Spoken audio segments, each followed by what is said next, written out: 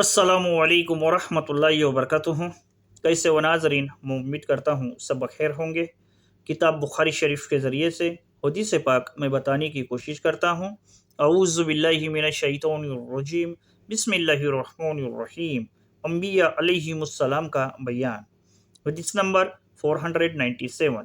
हज़रत अबू हुरैरा रज़ी अल्लाहु अन्हु से रिवायत है कि नबी करीम सल्लल्लाहु अलैहि वसल्लम ने फरमाया, मेरी नसीहत मानो, औरतों से भलाई करते रहना, उनको तंग न करना, क्योंकि औरत टेढ़ी फसली से पैदा हुई हैं और फसली का ऊपर का हिस्सा बहुत टेढ़ा होता है।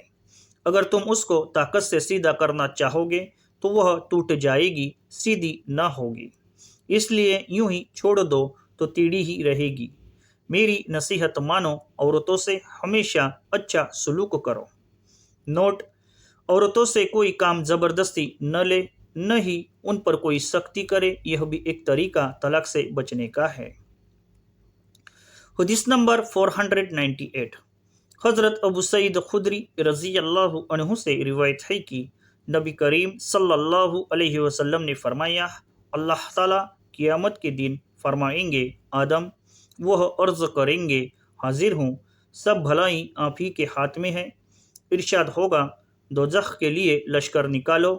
वह पूछेंगे, कितना लश्कर निकालूं? अल्लाह ताला फरमाएगा, हर 1000 आदमियों में से 999।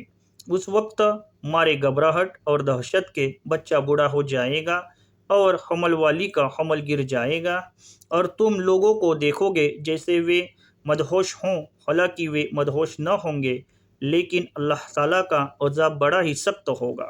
लोग खौफ से बेहोश हो जाएंगे। सहाबा ने अर्ज़ किया, या रसूल अल्लाह, भला 1000 में एक हम में से कौन होगा? अब क्या उम्मीद है कि हमको जन्नत मिलेगी? आपने फरमाया, कुछ फिक्र न करो, खुश हो जाओ, तुम में से एक आदमी के मुकाबले में याजूज माजूज और दूसरे काफिरों में से 1000 आदमी बढ़ेंगे। फिर फरमाया, कसम उस परवरदिगार की जिसके हाथ में मेरी जान है, मुझे उम्मीद है कि तुम कुल जन्नतियों का 1/3 हिस्सा होगे। हमने खुशी के मारे अल्लाहु अकबर कहा। फिर आपने फरमाया, मुझे उम्मीद है कि कुल जन्नतियों के आधे तुम होगे, आधे में दूसरी उम्मतें। हमने खुशी के मारे फिर अल्लाहु अकबर कहा। आपने फरमाया, तुम तमाम दुनिया के लोगों में ऐसे होगे जैसे सफ़ेद बैल की खाल में एक काला बाल या काले बैल की खाल में एक सफ़ेद बाल।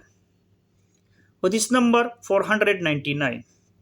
हज़रत अबू हुरैरा रज़ी अल्लाह अन्हु से रिवायत है कि नबी करीम सल्लल्लाहु अलैहि वसल्लम ने फरमाया, हज़रत इब्राहिम अपने वालिद अज़र को क़यामत के दिन देखेंगे, मुंह पर सिहाई और गर्द पर गुबार होगा। हज़रत इब्राहिम कहेंगे, क्या मैंने दुनिया में तुमसे नहीं कहा था कि मेरी नाफरमानी न करो? अज़र कहेंगे, आज मैं तुम्हारी नाफरमानी नहीं करूँगा। उस वक्त हज़रत इब्राहिम अल्लाह ताला से अर्ज़ करेंगे, ए परवरदिगार, आपने मुझसे वायदा फरमाया था कि क़यामत के दिन तुझको रुसवा नहीं करूँगा। आज इससे ज़्यादा कौन सी रुसवाई होगी कि मेरा बाप रुसवा हुआ है, तेरी रहमत से महरूम है। अल्लाह ताला फरमाएगा, मैंने काफिरों पर जन्नत हराम कर दी है। फिर हज़रत इब्राहिम को तसल्ली देने के लिए कहा जाएगा कि ज़रा अपने पाँव के नीचे तो देखो। वह देखेंगे तो उनके वालिद की जगह एक बिच्छू नापाकी से लुथड़ा हुआ वहाँ पड़ा होगा। उसको पाँव से घसीट कर फरिश्ते दोज़ख में डाल देंगे। वजाहत मालूम हुआ कि बाप अपने बेटे के काम न आ सकेगा और न ही बेटा पैगंबर बाप के काम आ सकेगा। तो फिर पीर, बुजुर्ग, वली और शेख किस तरह मरने के बाद हमारे काम आ सकते हैं?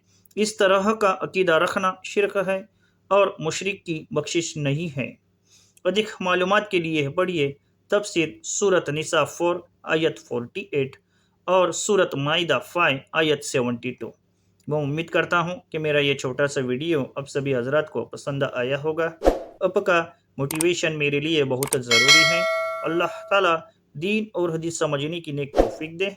बच्चों को कुरान, हदीस और दीन सिखलाना माँ बाप का फ़र्ज़ है। فقط وسلام. السلام علیکم ورحمۃ اللہ وبرکاتہ.